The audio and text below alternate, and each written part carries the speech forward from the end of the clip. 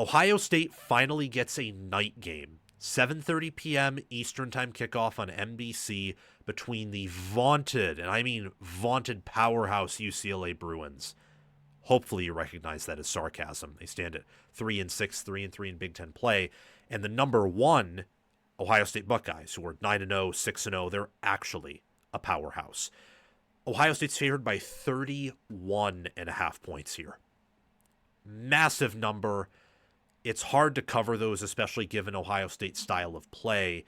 And since this is a Big Ten game, let's talk about UCLA's path to maybe making this interesting. Not an upset. Highly doubt an upset will happen.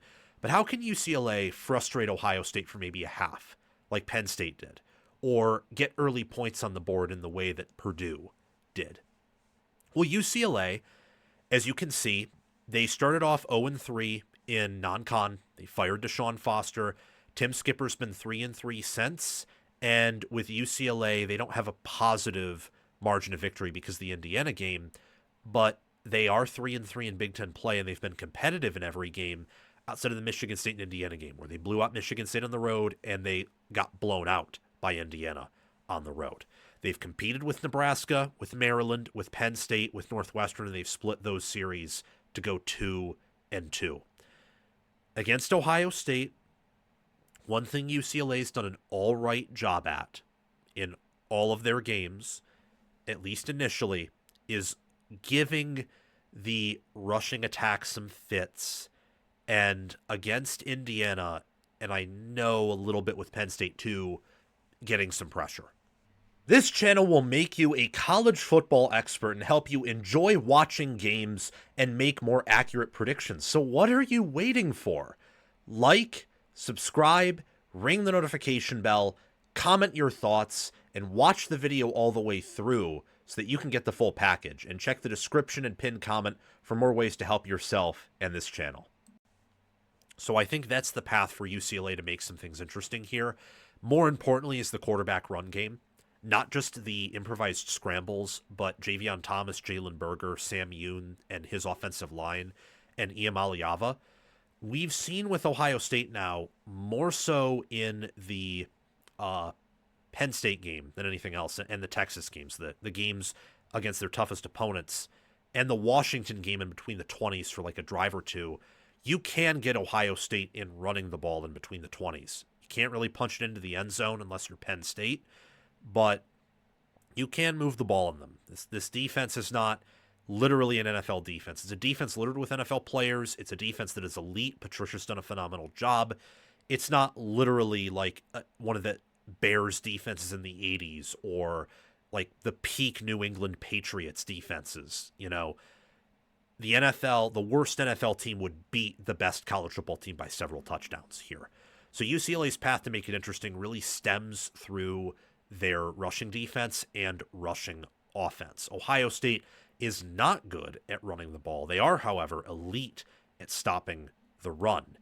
And Ohio State has, outside of the Texas game, really dominated everyone on their schedule. You know, Texas was close. There's a world where if Texas gets some things differently, they win. But Grambling, Ohio, Washington, Minnesota, Illinois, Wisconsin, Penn State, Purdue, none of those teams were ever live in that game outside of maybe Washington for like a brief window in the second quarter.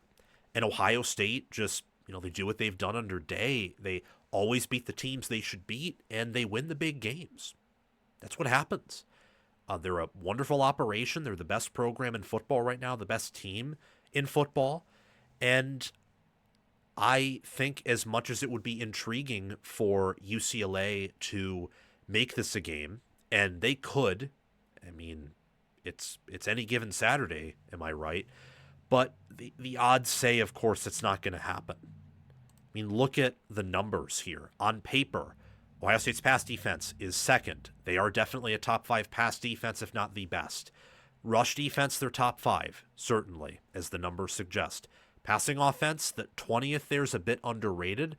A lot of that has to do with pace of play and the fact that Ohio State probably runs the ball more than they should. 80th in rushing offense is pretty accurate. They're outside the top 100, I think, right now in yards per carry when you look at game on paper. So that takes out sack numbers. They are not good at They're not good at running the football on a yards per carry basis. They do an okay job of getting initial push because their O-line isn't bad. It's near elite too. I'm not going to say elite in pass blocking after the previous few games. It's not one of the best pass blocking O-lines anymore, partially due to injury. I think some teams have figured some things out about it.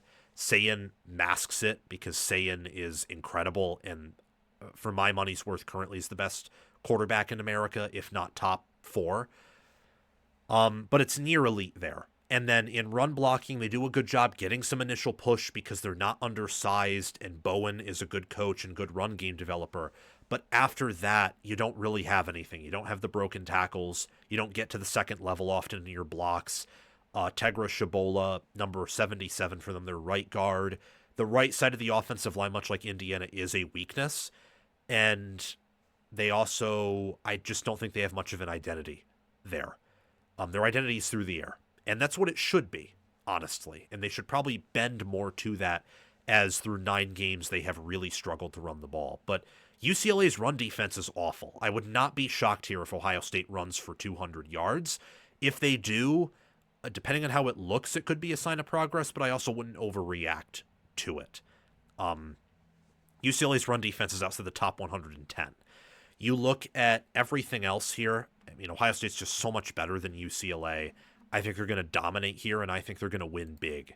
I'm talking win by, 40, 50 points. It's going to be under the lights. They're going to want to show that they're the best team in America. The players are going to get excited about it being a night game. I mean, we all remember the Minnesota game, right, at night, and how seamless that team looked. That's what I'm getting here, where you're going to win, 42, 45, 49, 52, 56 to, I imagine UCLA will at least get a field goal, like to 3. But maybe UCLA will get shut out too. I could totally see that. So we're rolling here with Ohio State to win and also Ohio State to cover. And I think in a game like this, Julian Sayin will just begin to pull away from the rest of the field in Heisman Trophy odds. Thank you for watching. It's my mission on College Football with Sam to make you the most informed, knowledgeable, and entertained fan as possible. We aren't perfect, but we hit the nail on the head more often than we hit our thumb with the hammer. Make sure to like, subscribe, ring the notification bell, comment, and if you're here, you've probably already watched the whole video. So thank you for doing those things.